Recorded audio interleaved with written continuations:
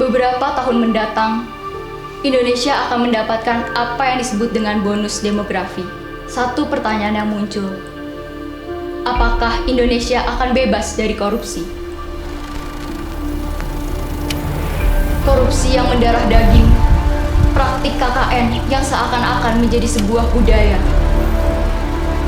kebebasan untuk para penggerogot uang rakyat.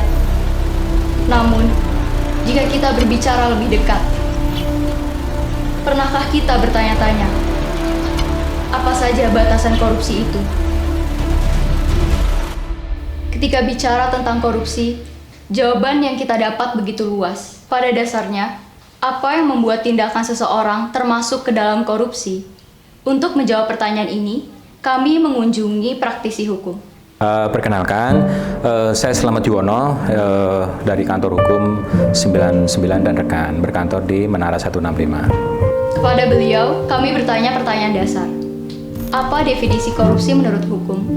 Definisi korupsi itu adalah perbuatan melawan hukum, ya, dengan maksud, ya, memperkaya diri sendiri atau orang lain, baik perorangan maupun korporasi, ya.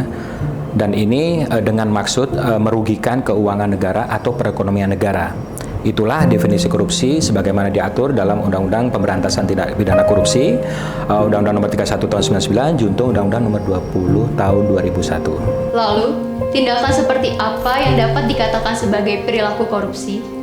Orang melakukan tindak pidana korupsi kalau berdasarkan aturan hukum, ya, katakanlah pejabat yang misalkan merugikan keuangan negara, ya.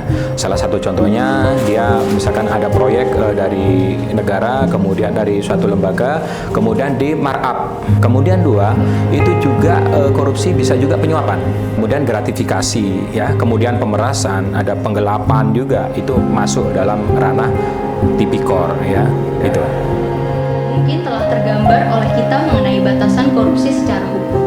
Namun, hal ini perlu disesuaikan dengan pandangan masyarakat mengenai korupsi, mengingat mungkin begitu banyak korupsi yang terjadi di sekitar kita. Menurut saya, korupsi adalah suatu hal egois yang tidak ada alasan yang cukup pantas buat menjustifikasi hal tersebut. Kalau ngelihat dari data-data yang ada di website-website, yang ada di berita-berita, sebenarnya udah parah banget sih. Menurut gue sih, korupsi di Indonesia itu udah terstruktur, udah masif, udah normal lah di keseharian. Ya sangat miris ya, dengan adanya katanya kita ini adalah negeri yang sangat kaya raya. Tentang korupsi itu bukan hanya korupsi yang skala besar, tapi juga ada korupsi yang skala ringan. Korupsi itu kan bentuknya banyak ya, mau korupsi waktu, korupsi uang, bentuknya banyak. Kalau di sekitar gue sih yang paling kerasa mungkin ini ya, kalau nyontek tuh korupsi gak sih? Ngelihat langsung gue belum pernah, cuma untuk dampaknya mungkin udah pernah. Nyontek tuh masif sekali di sekitar kita, jadi ulangan nyontek itu udah keseharian lah. Di sekitar gue sendiri itu cukup mengesalkan ya, gara-gara gue sendiri yang kena dampaknya gitu. Dampaknya sih di hati itu selalu bertanya ya, apakah pengen ikut-ikutan aja kayak mereka gitu. Di hati berat, jadi kita selalu mempertanyakan gitu, apakah kita bakal tetap kayak gini terus tapi tertinggal atau ikut korupsi. Jelek, Musnahkan. Mantap. egois. Setelah melalui perjalanan menyusuri banyak sudut pandang, sudahkah kita membuka luas pikiran kita tentang korupsi? Kepercayaan yang merupakan elemen penting dalam sebuah negara, terancam perlahan menghilang dikarenakan korupsi.